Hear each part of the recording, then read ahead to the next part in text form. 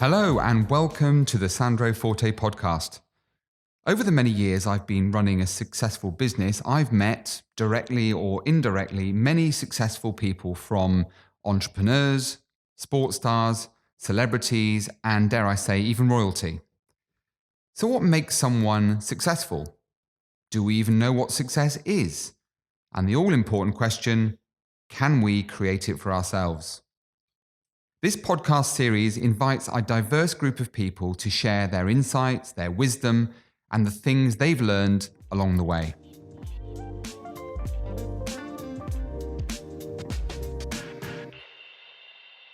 Today our guest is Lee Mears. Lee is a former England and British and Irish Lions rugby player.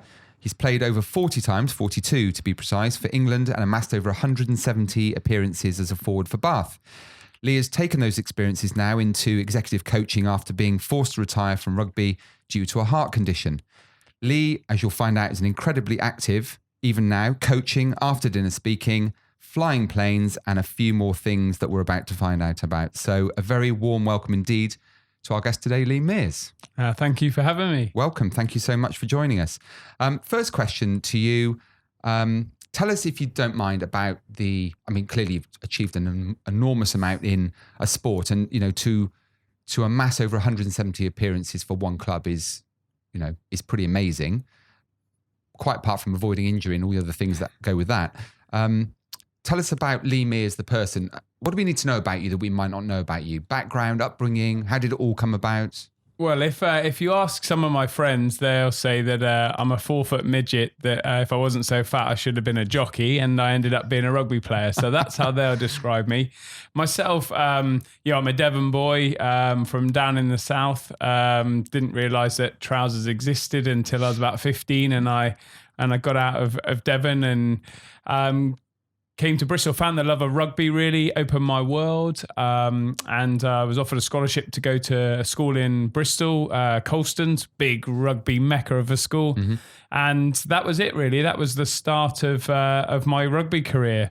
It opened my eyes to the other, the beauty of being allowed to have that opportunity to go to a private school, open my world, and then from then on, travel as a schoolboy to tour in South Africa. In 1995, just after they won the World Cup, and I started to realise that not only is there a big country out there, there's a big world.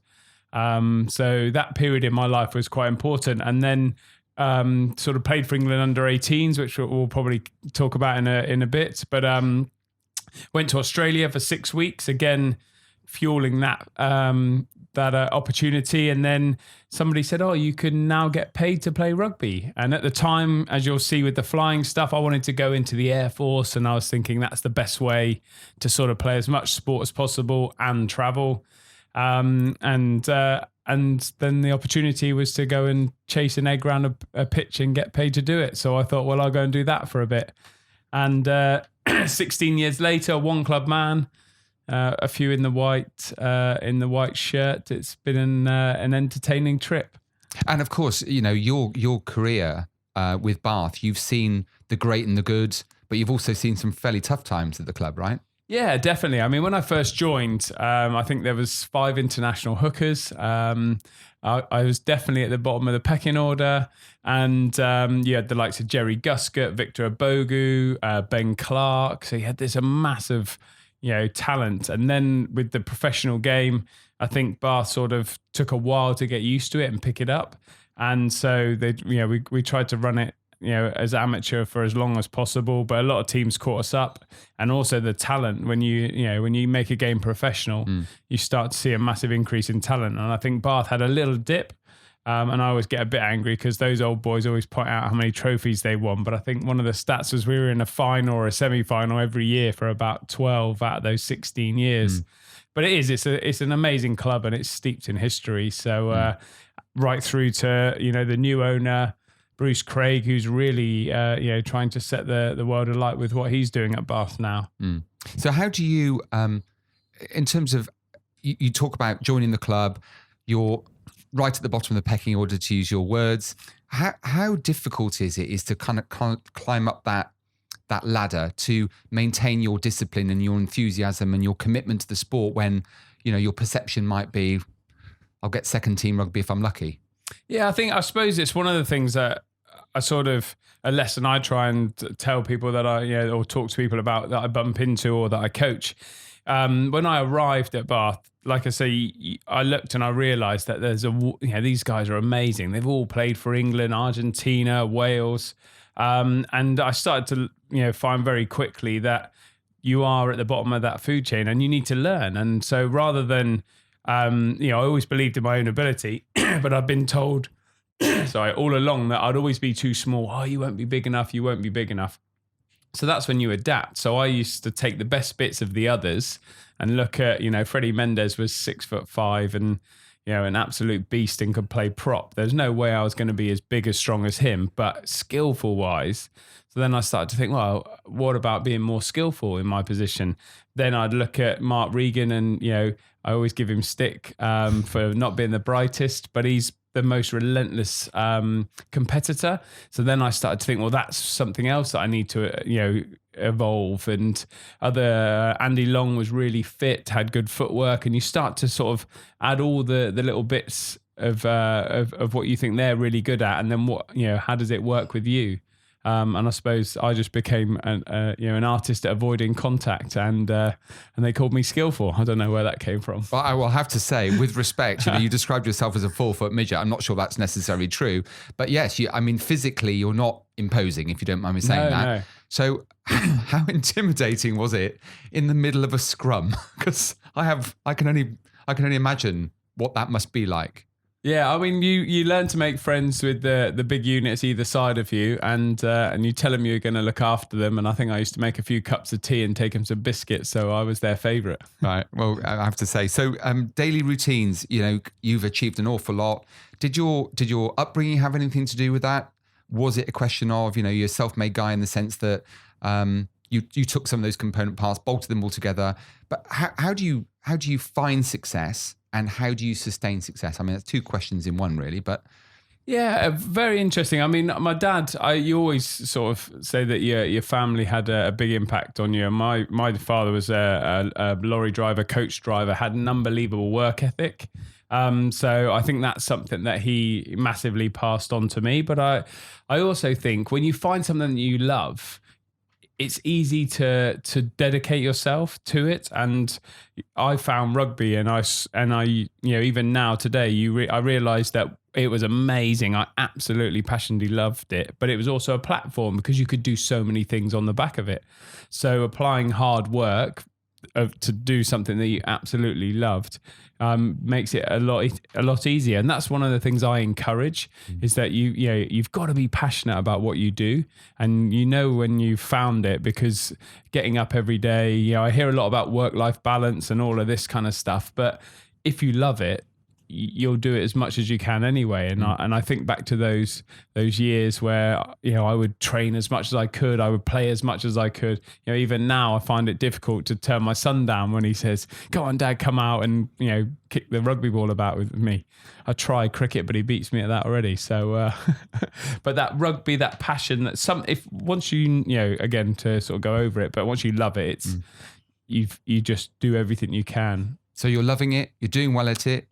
A huge number of appearances for one club, a lot to be said for that.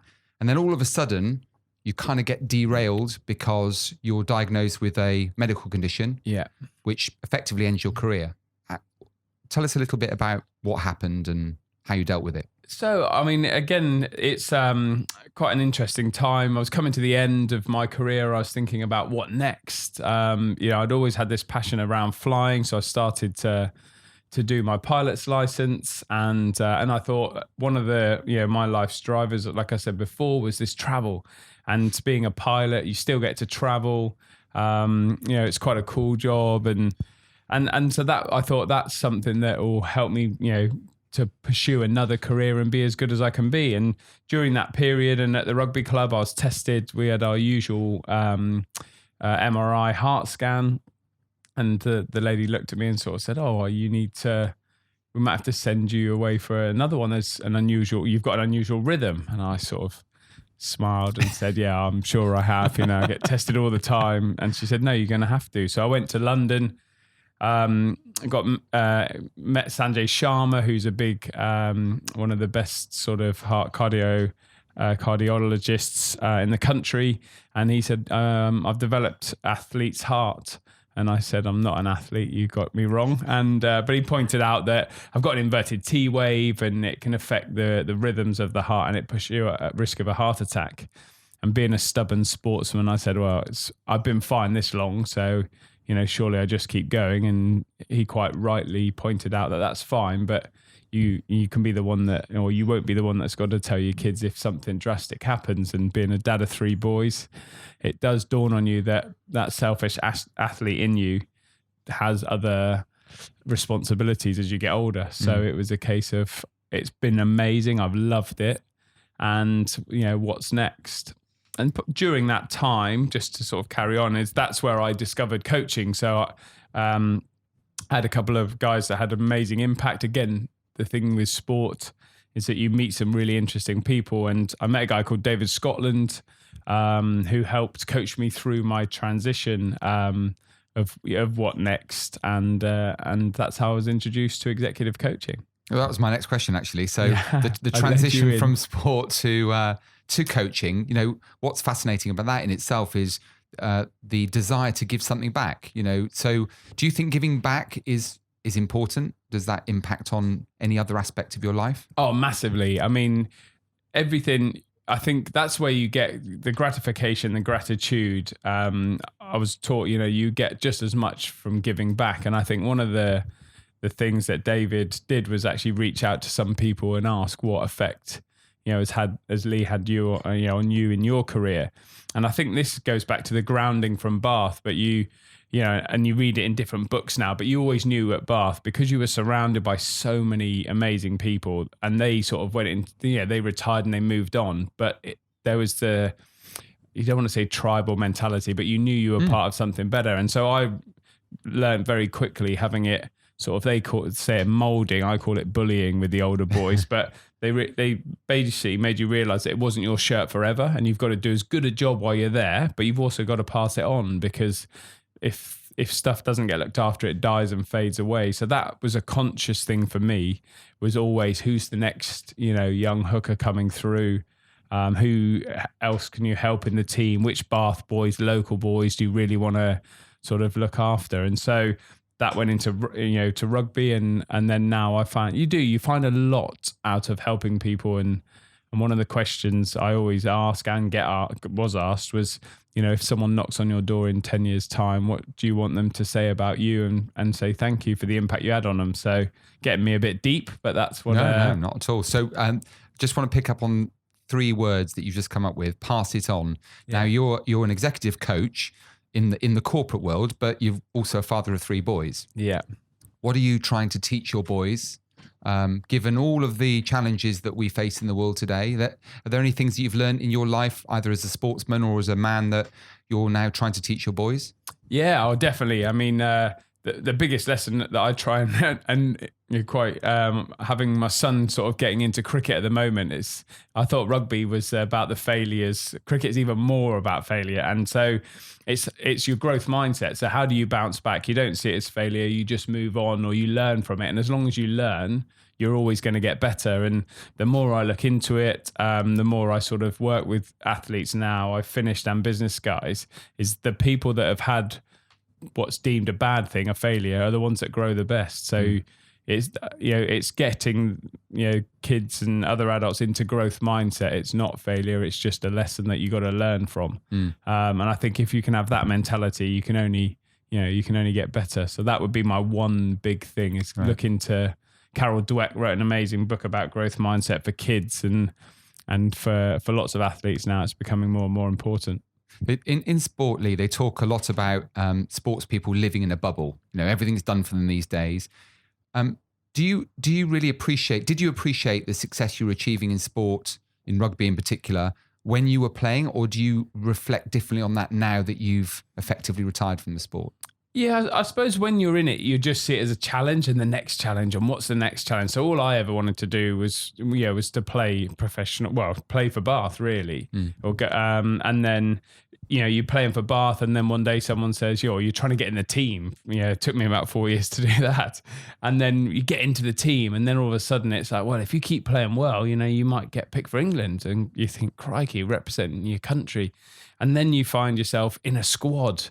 And, if you train well, and if you're accepted, then you may get on the bench, or you may even get to start. And then there's a World Cup.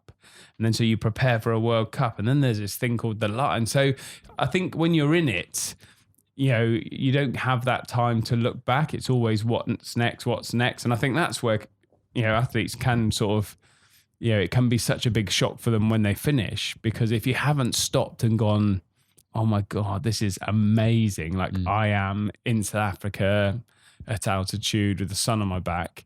It's a big shock when you finish, because you can't get it back. And what about highlights of your career?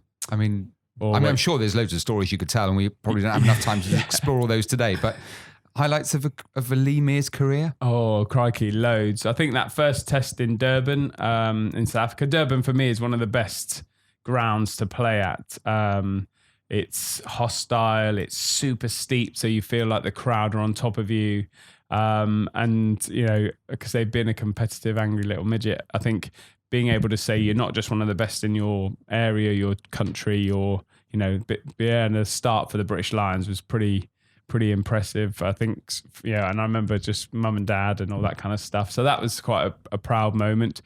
But running out on the Rec on a Friday night, because you get to do it, and that, as I was saying to you then about appreciating it and reliving it, I think with the Lions, obviously you've got nerves and apprehension, whereas the Rec, it's every 2 or 3 months, and running out at the Rec on a Friday night under lights is pretty special. Yeah, good atmosphere there, isn't it? Yeah, fantastic. So let me ask you another question, but we'll use an analogy if we may. Mm-hmm. So Lee Mears, who keeps describing himself as a midget, but you really aren't, but clearly smaller than a lot of the guys on a rugby field.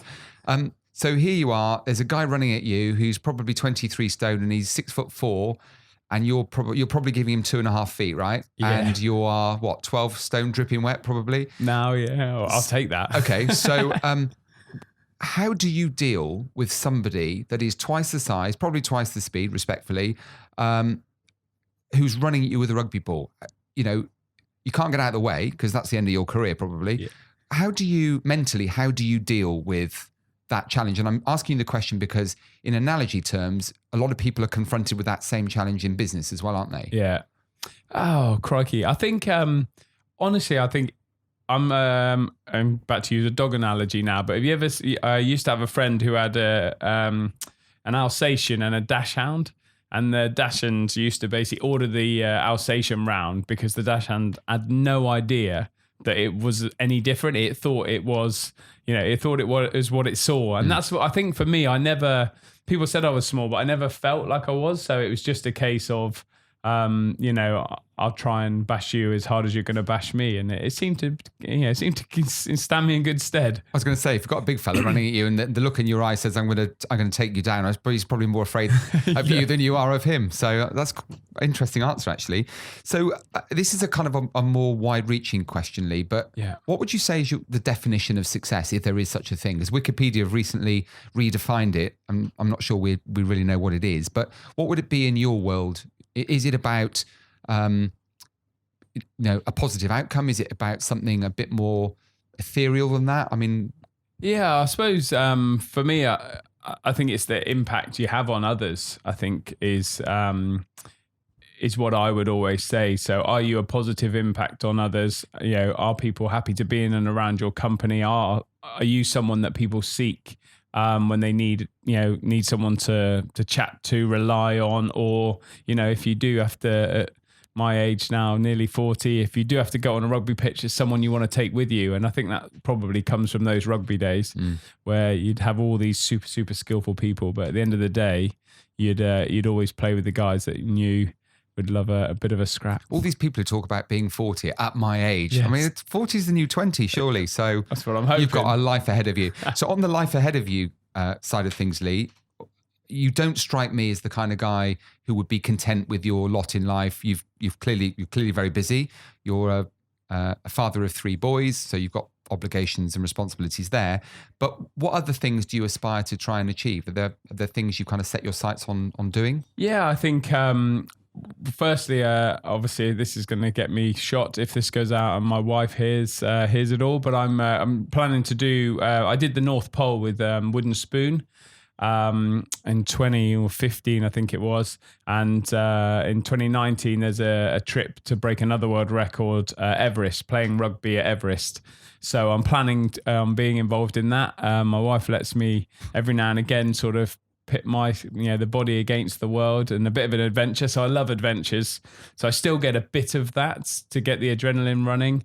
But now for me, it's about helping others to be the best that they can be. So if that's in a corporate world or in the sports world, I do a fair bit in football at the moment, as well as the business world, and a bit in the rugby world. So that giving back and trying to affect as many people as possible. And clearly, your relationship with Mrs. Mears, yes, is very important.